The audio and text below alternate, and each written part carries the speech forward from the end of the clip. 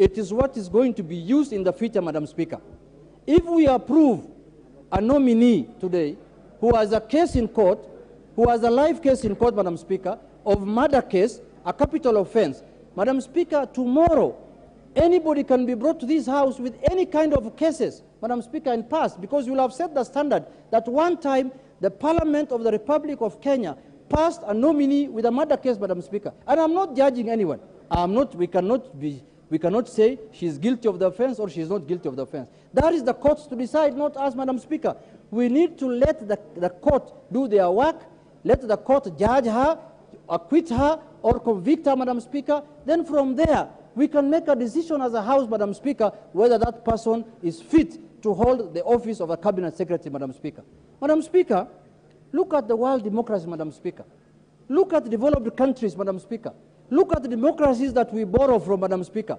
Leave alone being charged in court, Madam Speaker. When even allegation is put against you, whether they are true or false, until you clear your name, until you are told to step aside.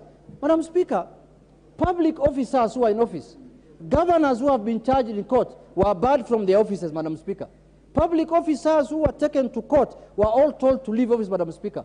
What is the moral authority we have as a House to pass today in the floor of this House, Madam Speaker, a Cabinet Secretary who has a case in court, Madam Speaker? Madam Speaker, the other nominee that was rejected unanimously by the committee is Honorable Madam Malonza.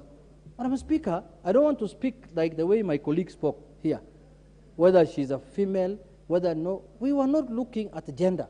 Madam Speaker, we were looking at the suitability and the competence of that individual to hold that high office of a Cabinet Secretary, Madam Speaker.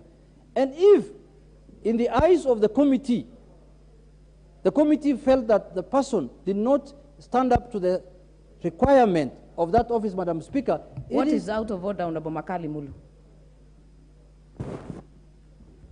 Yeah, thank you very much, Honorable Speaker.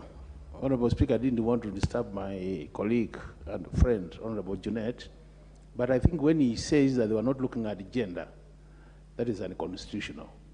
The Constitution demands that they must consider gender as one of the key factors when looking at these things. Thank you very much. Honorable Madam Speaker, Dr. Makali is somebody I respect highly. But Madam Speaker, the reason of our failure was not because of our gender. That's what I meant. And if that gender is not suitable for that office, Mr. Speaker, there are many qualified Kamba women, Mr. Speaker, in this country who can hold that office. She's not the only Kamba in Kenya. So, Mr. Speaker, I was just saying she was not disqualified based on her gender. Let us not bring the gender card on the table now just because she's a female lady, a female nominee who has been rejected by the committee, Madam Speaker. So, Madam Speaker, what I want to say is that Parliament is being watched by Kenyans, Madam Speaker. Parliament is being tested. This country, this Parliament has a destiny with the people of Kenya, Madam Speaker, on the approval of these nominees. Kenyans want to know whether we are a conveyor belt. Kenyans want to know whether we are a rubber stamp, Madam Speaker, for the executive. We must stand up and tell the executive they are wrong when they are wrong. There are many Kenyans who are qualified that they can bring back to this House, Madam Speaker. There are over 30 million Kenyans who can do the job of a Cabinet Secretary, Madam Speaker. It's not only me and you and others who have been nominated, Madam Speaker. The reason why the Constitution, Madam Speaker, gave the approval of nominees of Cabinet Secretary to the House, Madam Speaker, there is a valid reason for that, Madam Speaker. Look at what happens in the United States, Madam Speaker.